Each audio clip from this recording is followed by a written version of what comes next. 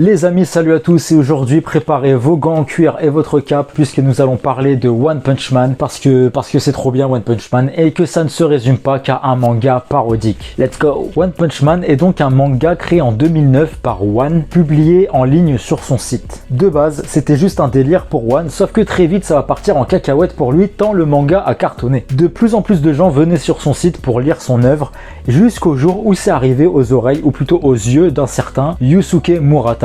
Juste ça, qui est l'auteur de Hate Sheet 21, donc un génie. D'ailleurs, si vous connaissez pas Hate Sheet 21, je vous le conseille, je m'en bats les couilles du football américain, mais j'ai appris à apprécier grâce à ce manga et c'est vraiment lourd. Bref, Murata, il est tombé dessus, il a kiffé, il a contacté One sur Twitter, il lui a dit viens on travaille ensemble frère, viens on fait un manga, on le fait au propre, on le publie, etc. Ça s'est fait aussi simplement que ça. La modernité, c'est génial. Le manga One Punch Man tel que le grand public le connaît verra donc le jour en 2012, publié par la Shueisha. Néanmoins, les chapitres sont publiés en ligne, ils ne sont pas chaque semaine dans le magazine, etc. Ça veut dire qu'ils sont publiés en ligne, ce qui est un grand avantage pour Murata et One, c'est que les chapitres n'ont pas un nombre de pages prédéfini. Et heureusement pour un manga qui se veut casser les codes. Murata va donc utiliser un maximum de pages, va pas hésiter à prendre des grosses cases pour mieux développer ses combats, etc. et nous donner encore plus de spectacle et d'adrénaline à travers son œuvre. On a vraiment des combats qui s'étirent sur plusieurs chapitres et même certains coups, par exemple certains coups de poing de Saitama ou d'autres super attaques d'autres personnages qui vont être étirés sur plusieurs pages. Par exemple pour un coup de poing, à un moment il est utilisé jusqu'à 6 pages. Comme si tu as l'impression en fait tu lis le truc mais tu as l'impression que c'est animé en fait. C'est vraiment trop bien fait, c'est incroyable. Donc le côté décalé de One et la plume de Yusuke Murata va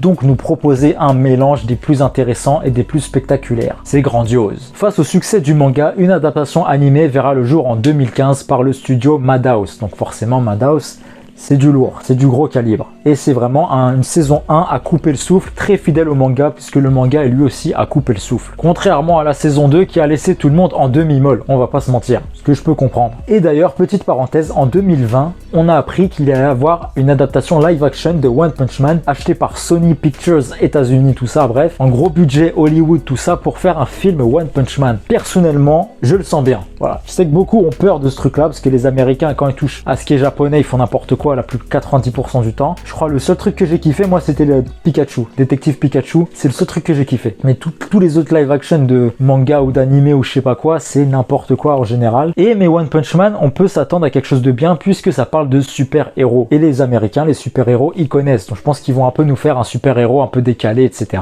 Mais le problème c'est que One Punch Man, ce qui est marrant, c'est que c'est l'humour japonais quoi. C'est vraiment un humour japonais et s'ils l'adaptent en mode humour américain, ça peut être chelou. Donc j'espère qu'ils vont réussir à trouver le juste milieu entre les deux. Bon, l'avenir nous le dira. En tout cas, j'ai vraiment hâte de voir, mais on va pas juger pour l'instant, on n'a rien vu, donc on verra. Mais personnellement, je le sens bien. Je pense vu que les animés, les mangas, ça est en train d'exploser au Japon, je pense qu'ils vont le faire un peu, ils vont bien le faire. Ils vont pas se foutre de notre gueule. Ils ont pas intérêt en tout cas. Mais bon, dans cette vidéo, comme je vous ai dit, on va surtout s'intéresser au manga One Punch Man parce que le manga est très différent de l'animé. Le manga est meilleur que l'animé. C'est un manga, c'est du génie, c'est incroyable. C'est pas que de la parodie. Mais bref, pour ceux qui connaissent pas One Punch Man, de quoi ça parle One Punch Man? Un petit résumé de l'histoire vite fait. One Punch Man nous transporte dans un univers où sur Terre, des monstres font leur apparition et veulent la destruction de l'humanité. Ceux-ci sont chassés par des super-héros. Dans ce monde, nous ferons la connaissance de Saitama, un jeune homme lambda de 25 ans qui en avait marre du monde du travail, dégoûté de la société. Être un salariman, c'est pas pour lui. Son hobby, jouer les super-héros pour passer le temps. Après 3 années d'entraînement intensif qui lui ont fait perdre tous ses cheveux, il obtiendra une puissance tellement phénoménale qu'il terrasse n'importe quel ennemi en un seul coup de poing. Il est devenu le super-héros qu'il a toujours rêvé, mais ressent en lui un énorme vide. Il ne trouve pas d'adversaire à sa taille et s'ennuie dans son métier de héros car les combats ne lui procurent plus aucune sensation ni aucune adrénaline. Bien qu'il soit le héros et le personnage le plus fort, à cause de son manque de charisme et de son attitude, il n'aura aucune reconnaissance. Lors d'un combat, il sauvera Genos. Celui-ci prendra Saitama pour son maître et lui dévouera corps et âme. Ensemble, ils iront s'inscrire à l'association des héros afin de devenir professionnels. Et c'est là que l'histoire commence, puisque nous ferons la connaissance de tout plein de super-héros qui sont divisés en plusieurs catégories. La classe C, la classe B, la classe A et les plus forts, la classe S. Saitama sera en classe C malgré sa force surhumaine. car au test écrit, il a pué la merde. Va-t-il réussir à monter tous les échelons et devenir un classe S reconnu de tous, ou en a-t-il seulement l'envie? Lui qui est un super-héros juste pour passer le temps.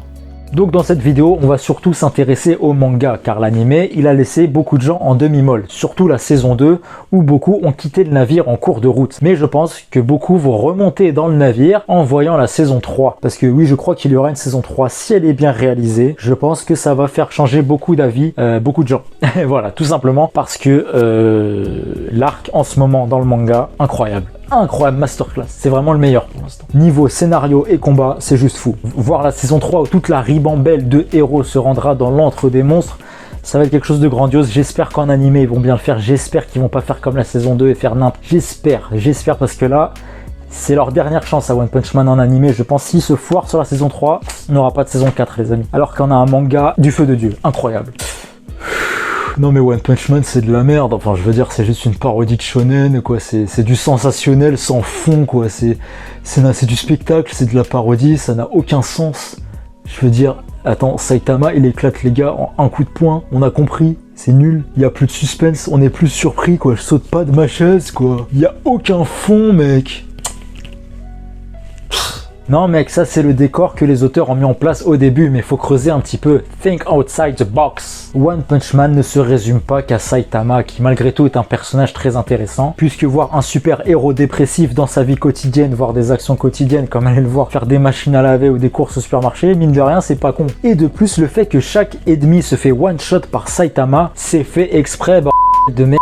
C'est pour qu'on puisse ressentir la frustration qu'a Saitama en lui, le sentiment de lassitude qu'il peut avoir face à ça. Mais comme je vous ai dit, One Punch Man ne se résume pas qu'à Saitama, puisque petit à petit, Saitama s'éclipsera et de nouveaux personnages feront leur apparition et seront beaucoup plus mis en avant et développés. Aujourd'hui, ça fait combien de tomes que Saitama on l'a presque pas vu. On va donc développer beaucoup d'autres héros et autres antagonistes, notamment un certain Garo, qui comme beaucoup est mon personnage préféré. En dehors de leur flow titanesque, Murata prendra le temps de développer chacun des personnages et de leur apporter du fond en plus de la forme. Presque chaque personnage de One Punch Man peut être le personnage principal d'un manga à lui tout seul. Que ce soit les héros ou les méchants. Ah ouais, moi j'aimerais bien un manga avec Super Sado en personnage principal. Hein. Ah, il y a du détail, hein. Ouais, c'est cool, ouais.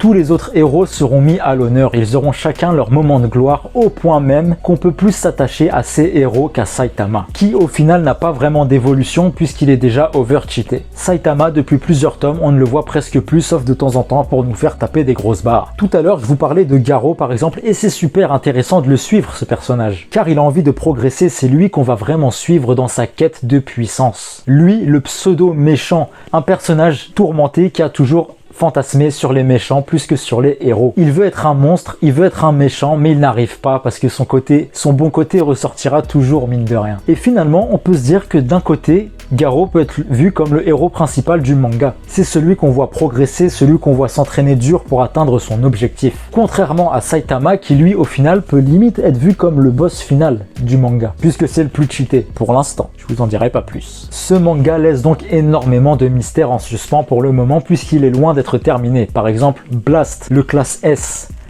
donc le héros le plus fort, le numéro 1 des classes S, on veut en savoir plus sur lui. Bogos Masqué, où ils ont des noms de ouf. Bogos Masqué, très mystérieux personnage aussi. On n'en sait pas encore un peu plus sur lui. Orochi, on connaît pas encore son niveau de puissance. Jusqu'où Garo, il va aller dans sa quête de puissance, jusqu'où il va être fort, etc. Vu qu'on a l'impression qu'il est sans limite dans son évolution de puissance. Et aussi, on peut se poser la question, et si finalement Saitama n'était pas le plus fort personnage du manga? Il y a peut-être plus fort que lui, et c'est possible les amis, mais je ne vous en dirai pas plus pour l'instant, je ne veux pas spoiler personne. De le fait qu'il ait fait 100 squats, 100 abdos, 100 mètres de footing par jour, et avec un mental d'acier, je pense pas qu'il y ait que ça qui est joué dans sa force surhumaine. Je pense qu'il y a autre chose derrière. Je pense qu'il y a autre chose derrière, les amis. Dites-moi en commentaire ce que vous en pensez, je sais pas, mais je pense qu'il y a autre chose derrière. De l'originalité, de l'humour, des scènes de combat surréalistes et spectaculaires, de l'action à couper le souffle, comme si les scènes d'action étaient animées, de l'épique, de l'émotion, et même parfois beaucoup de profondeur. Bref, quand on creuse un petit peu, on se rend compte que One Punch Man, c'est du génie.